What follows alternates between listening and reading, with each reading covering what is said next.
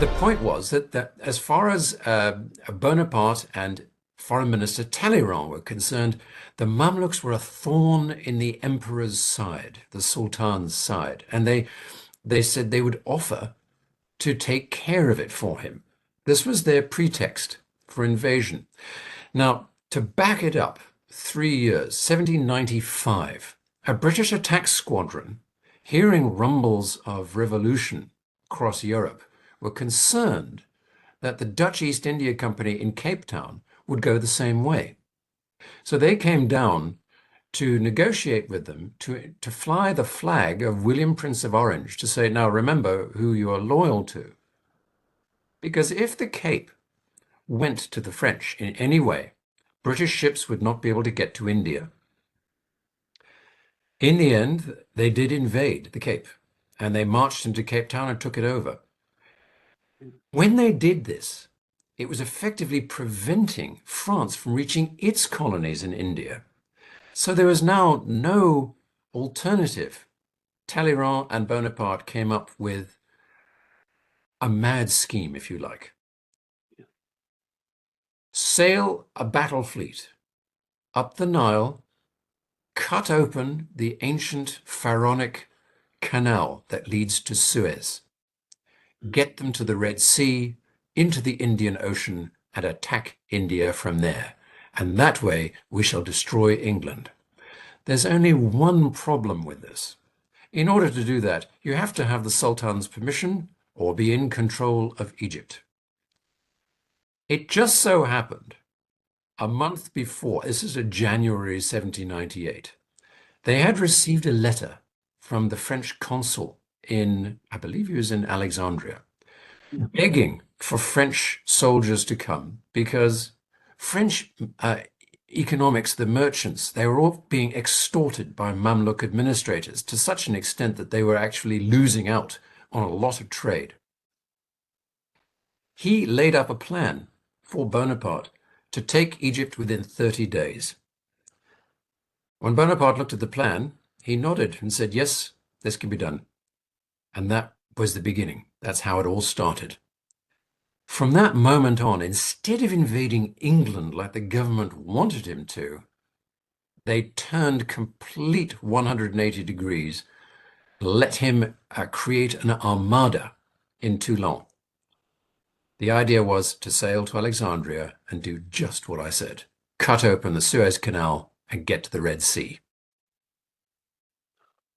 Yeah, that's interesting. So we see here a map here, right, of the countries there. So you see the Horn of Africa there. There's the Red Sea. There, of course, is no Suez Canal that, as we know from Port Said. Yes. The old Suez Canal is silted up, closed. It needs to be cut out, dug out. So that's why Bonaparte recruited engineers from famous schools, the Polytechnique in Paris, les ponts et chaussées, the bridges and highways, all of them. They were going to come to help him dig out the Suez Canal. That was one of their main tasks. The other thing was, he knew that they would be the first Europeans culturally to take control, if you like, or occupy Egypt. So he wanted a kind of doomsday book, like William of Normandy did in 1086. For England. So he wanted them all there to record everything, plants, animals, the statuary, the monuments, everything. So it was not just a military conquest. It's hard to imagine, but Napoleon Bonaparte was actually more proud of his membership of the Paris Academy, the Institute, than he was of being a general. He would sign his name, Bonaparte, member of the Institute. Unbelievable. That's interesting. I didn't know that. Very interesting.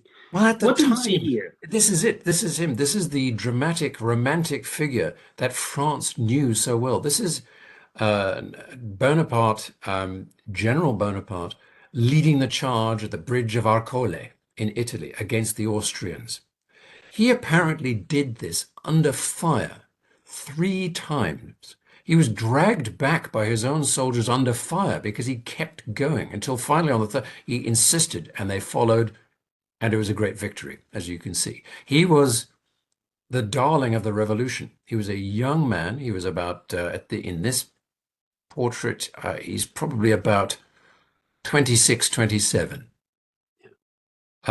It's hard to imagine such power being in the hands of such a young man, but you can see why he would compare himself to Julius Caesar, Alexander the Great.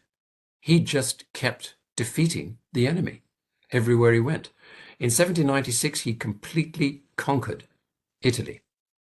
And streets were renamed in Paris after him. Rue de la Victoire, where he lived in the Chaussée d'Antin, in the forest in Paris. It was all, he was a glorious figure, and the people adored him. Consequently, the government feared him, because they knew that with a snap of his fingers, he could have 20,000 men outside the gates of the government buildings and say, right, you've had your chance, get out. In the end, that's sort of what happened. But by 1798, they had this mad scheme to go to Egypt, and they said, well, let's send him away. Perhaps he might not come back.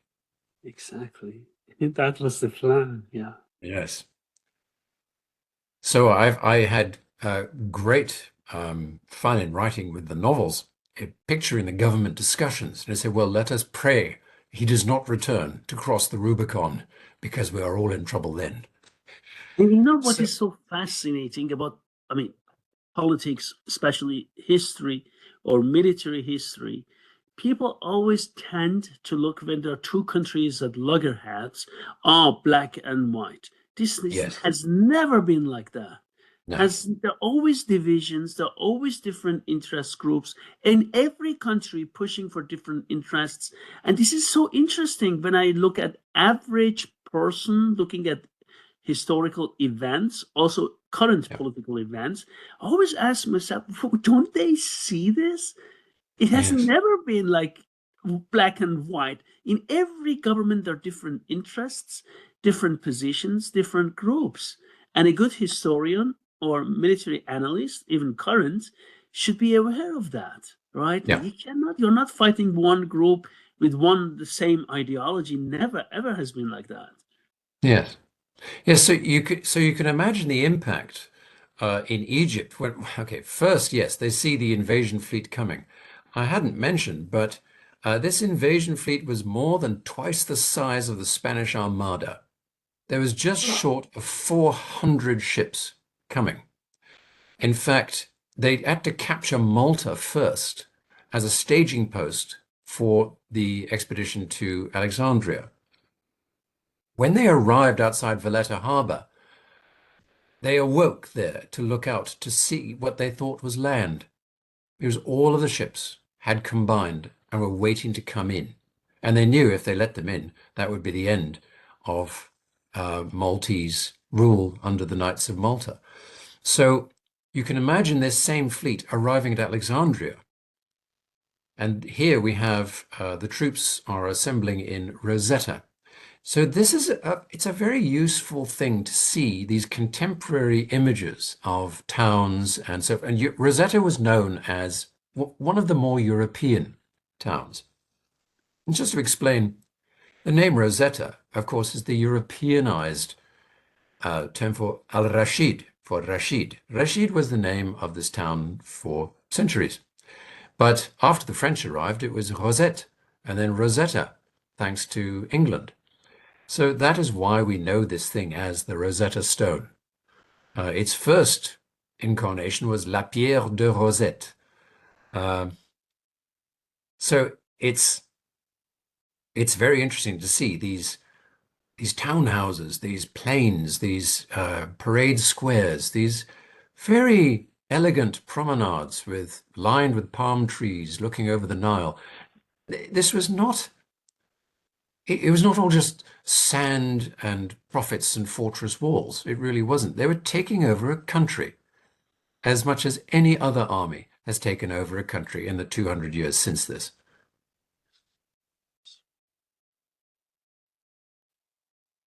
Now we see a battle. Right. So the campaign from Alexandria, their first time they met the Mamluks, which is a place called Shubrahit, um, near Damanhur al-Ramaniya on the Nile. They pushed the Mamluks back from this, and they were in a defensive area at Mbaba, or Mbabe, according to how you get your Arabic transliterated, which is why, for many people to explain, you will see different spellings for these places. There are several Mbaba, I understand, throughout the Ottoman Empire even. But the Mbaba here is just outside Cairo and Bulak, at the approach of the effective the Nile Valley, basically the gates of Cairo. So this was named the Battle of the Pyramids. Tactically, what you have here is 25,000 heavily disciplined, drilled troops who form themselves into divisional squares. Now, that sounds quite sort of abstract. If you imagine a division is between 5,000 and 8,000 men, Yes. and they're now going to form a square. This square has walls that are roughly 200 feet long, 6 ranks deep. Yes. On each corner is mobile artillery. It is effectively a fortress. In the middle is the divisional general and his aides and his battalion commanders screaming their orders out under fire to all the men whose only job is to stand still when they're told to. Otherwise, and this was the terrifying thing in a way, and if you just close your eyes and picture it, these fortresses of men could move. They marched with the French pas ordinaire, the ordinary pace. Un, deux, un, deux, un, deux. You can imagine this noise across the sand as these, like tanks, gigantic armored vehicles, if you like, moving over hills, under trees, swamping trees, ignoring the trees, and attacking the fairly random assaults of Mamluk cavalrymen who are trying to ride through the squares and around to get any way in at the French. But the French volley fire, now imagine 6 ranks, the first rank fires. These men are shoulder to shoulder. So every 70 caliber musket ball that comes out is coming in a line at roughly chest height for 200 feet. Nothing can survive this. Immediately after, the next row, fire. The next row, fire. Over and over and over again. The Mamluks were so close to the muskets, the wadding bursting from the barrels, the muzzles of the muskets were setting their clothes alight. They were riding through, being shot to ribbons. They were incredibly brave. Murad gathered them, looking down on the squares, and one of the tactics that the Mamluk had was they would wear a bandolier of pistols across their chest. The London pistol was the most prized possession a Mamluk could have, and he would have 3, maybe 4 of these things stuck into holsters on his chest, and sometimes they would carry 2 swords, one either side of their saddle.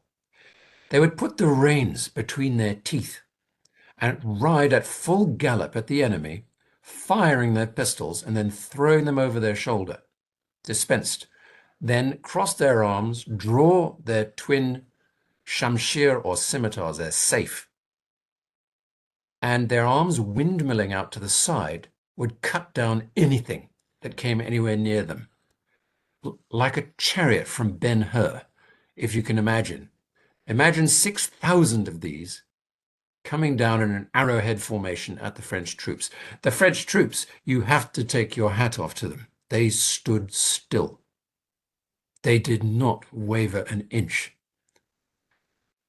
And this is what you see. The next one, I believe, is more of a close-up. You see the Mamluks in their silks. Yes. They're trying to gain order. But what happened here, the politics let them down. They are on the left bank of the Nile. Cairo is on the right bank. Next to Cairo is Ibrahim Bey, with an army of nearly 10,000 men from the empire. Ibrahim turned and evacuated, leaving Murad and his cavalry on the left side of the Nile to face 25,000 French. Eventually, it fell apart. The guns at Mbaba could not hold them back. The French eventually captured the guns and turned the guns on the Ottomans themselves. So many of the Mamluk were struggling to swim across the Nile to get back to Cairo, at least to defend the gates.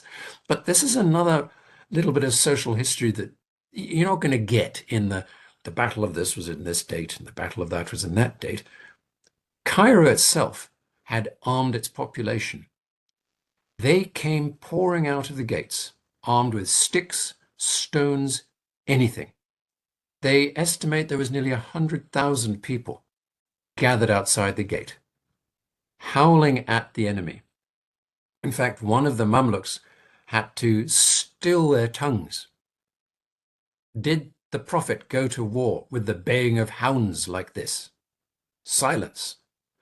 It was extraordinary. So the people were prepared to stand up to this army as well, an army that had already made their supporting army flee and was clearly defeating Murad, the great Murad, who was such a hero. In the end, Murad couldn't control his cavalry. They couldn't get in, and the French were swarming over the bridges to the Nile. And to save his elite cavalry, he had to evacuate the field. So he rode off. The idea being, of course, run away today, live to fight another day. That was his only thinking. The population, of course, retreated behind the gates. And by nightfall, Napoleon was walking through the streets of Cairo. And it was from this battle that we're looking at right now, the Battle of the Pyramids. It's called this because of the drama to the French people. But the pyramids, you might see a painting of cavalrymen riding through past the pyramids and explosions on the pyramids. Ridley Scott's film, for example, showing Napoleon actually striking the Great Pyramid with a cannonball. Such things never happened. The pyramids were about 16 kilometers away, but they were there on the horizon. And the superstition even fell that to drive out the French, the Sahara had risen and blown a sandstorm in. But of course, it worked against both Did Ridley sides. Scott make a film? Excuse me. Did Ridley Scott did he make a film on Napoleon as well? Yes. So that was a few years back now, and he got a lot of negative comment about the historical accuracy. Can I just make a comment on that? Because of course, Sure. I speak English. I'm American educated, also in German and American educated.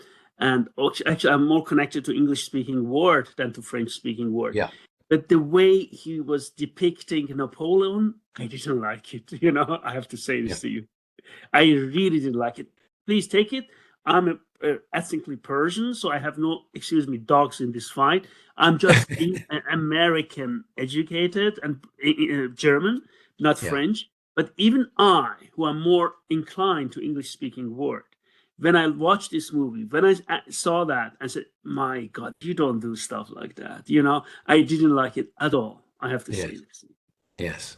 It was the thing that got me the most was that the Great Egypt campaign was reduced to about a minute and a half of a single salvo from his cannons, and everyone bowed down and said, "We surrender." They really did not. And the battle, this painting is evidence of that. And the way that people came out, it's something that Egypt should be proud of. They should not just be proud of their pharaonic history, which goes back thousands of years.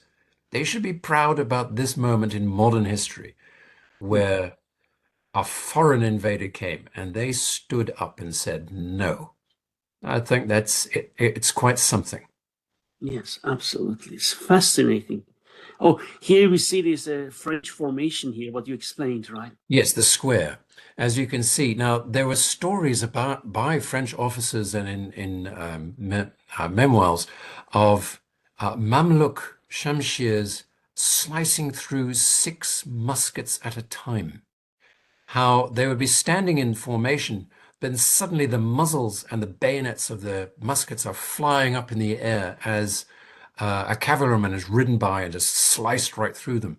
These, of course, are the Damascus blade, which I remember when I was doing my research, I was asking you about, and you explained the crucible steel and how it was so superior to anything that France could muster for its standing troops.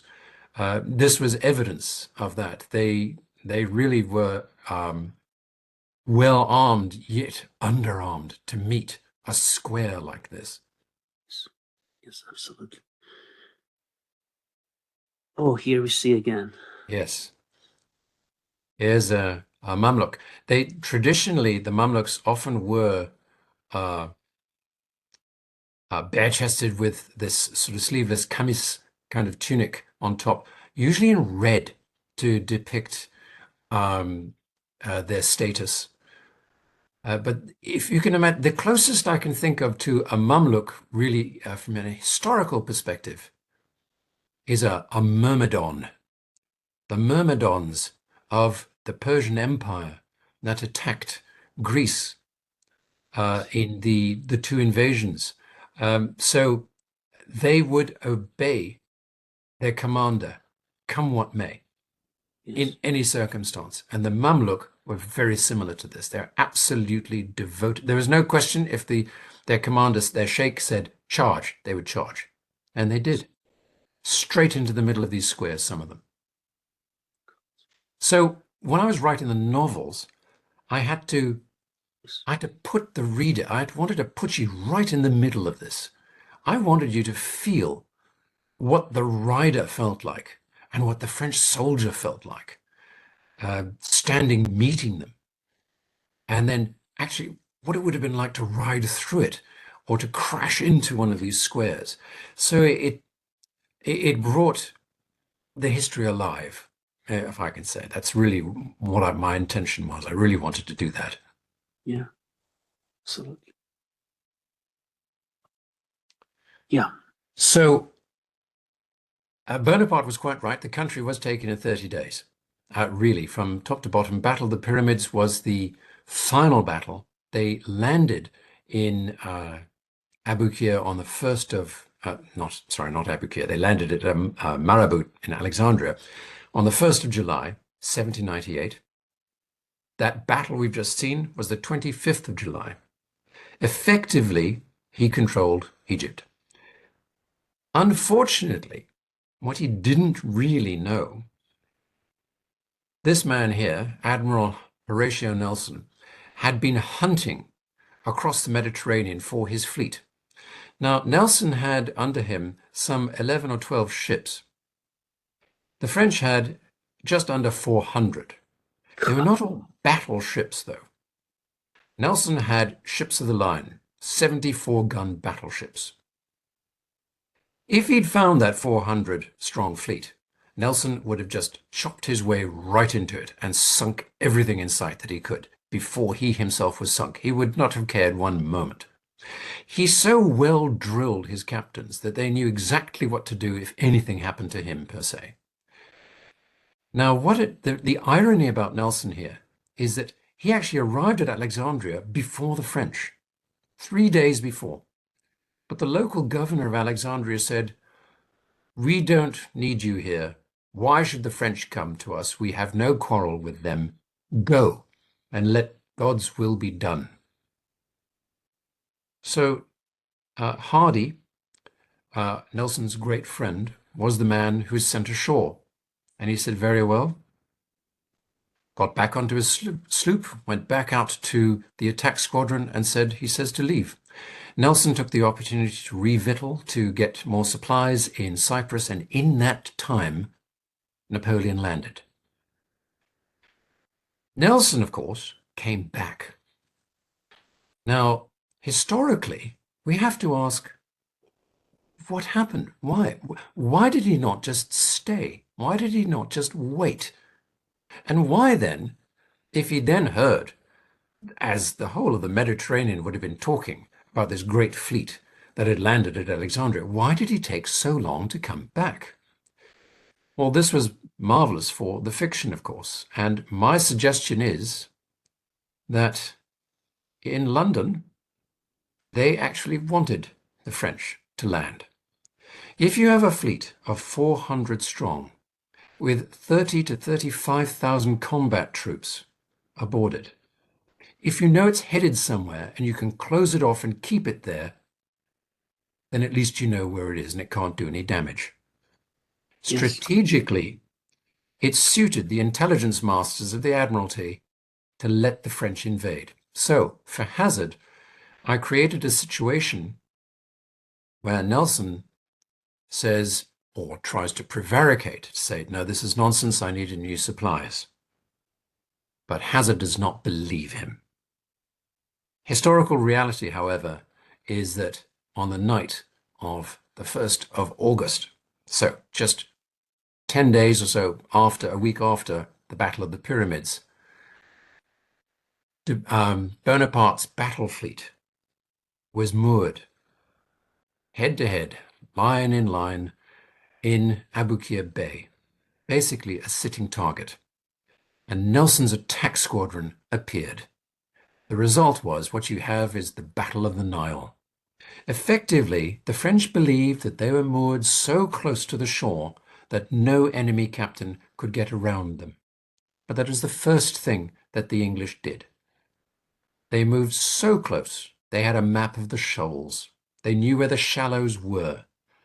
They went behind them and caught the French line in a deadly crossfire and basically pounded them into oblivion. Every ship of the French battle fleet, with the exception of 3, was either sunk or captured. And that was on the night of the 1st of August. So the next slide is the famous painting of this. And that is about 10 p.m. when the pounding of Orion, Alexander, and the Vanguard on the Oriole, Bonaparte's flagship, had the desired effect, and the flames reached the magazine, and it exploded. It exploded with such force, it was heard in Rosetta, 20 miles away. It is actually from this moment that you get the famous poem of the boy stood on the burning deck. The boy in question is the son of the captain of the Oriole. And he ran to the rail looking for where his father was. According to the poem, it's historically inaccurate. Of course, it's a poem, but he did not evacuate the ship because he could not find his father. And of course, his father lay dead next to the admiral who was killed by cannon fire. And this was the end of the French ships. There were no battleships to sail up the Nile, through the Suez Canal, to the Red Sea, to India. Egypt was now cut off. Bonaparte was marooned. And that's most important for what happened afterwards. Yeah. Where was Bonaparte around this time?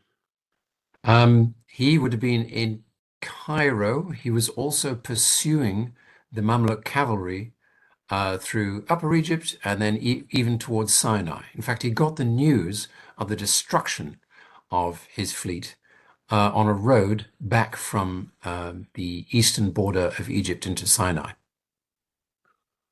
A messenger met him and told him. Yeah. So now what he did was he focused on the Institute of Egypt. And he wanted them housed. We have to go back before the Battle of the Nile. He did this within the first week of arriving in Cairo. The Mamluk politicians were they fled. So they were in exile and they went to shelter under the Ottoman Empire in Syria. Their palaces, of course, were now empty. And this one is the palace of Hassan Kashif. And it is this palace that was destroyed in the the Arab Spring in 2011 by mistake, by firebombs, and was recently rebuilt. So you can see these glorious gardens and pillars and so forth. The savants, as they were called, the academics, were distributed here. Mathematics, science, chemistry, bridges and highways, art, even some poets and writers were there. The next picture gives you an idea, I think, of the interior. Yes. There we are. You see these towering ceilings that the palace had. The French had also brought with them a sort of an immediate ready-made library. They made crates which didn't have to be unpacked. So the crates, they were stacked with their books, so that when they arrived, they just took the crates and set them up one on top of the other to become instant bookshelves. So they had an entire library set up more or less on the first day. They brought local amirs and influential dignitaries in to see demonstrations of chemistry and optics that they worked on. They tried to become part of the cultural scene. Yes. Part of the brief from the government was not just to conquer Egypt, it was to improve the lives of the people on the Nile. Oh. And in so doing, by getting rid of the Mamluks, this is what you would be doing. This was the argument. And this was diplomatically what they were supposed to be arguing to the Sultan in Constantinople. Yes. Unbelievable. Really, I mean, look at the ceiling, how Yes. tall it is. No, they are huge.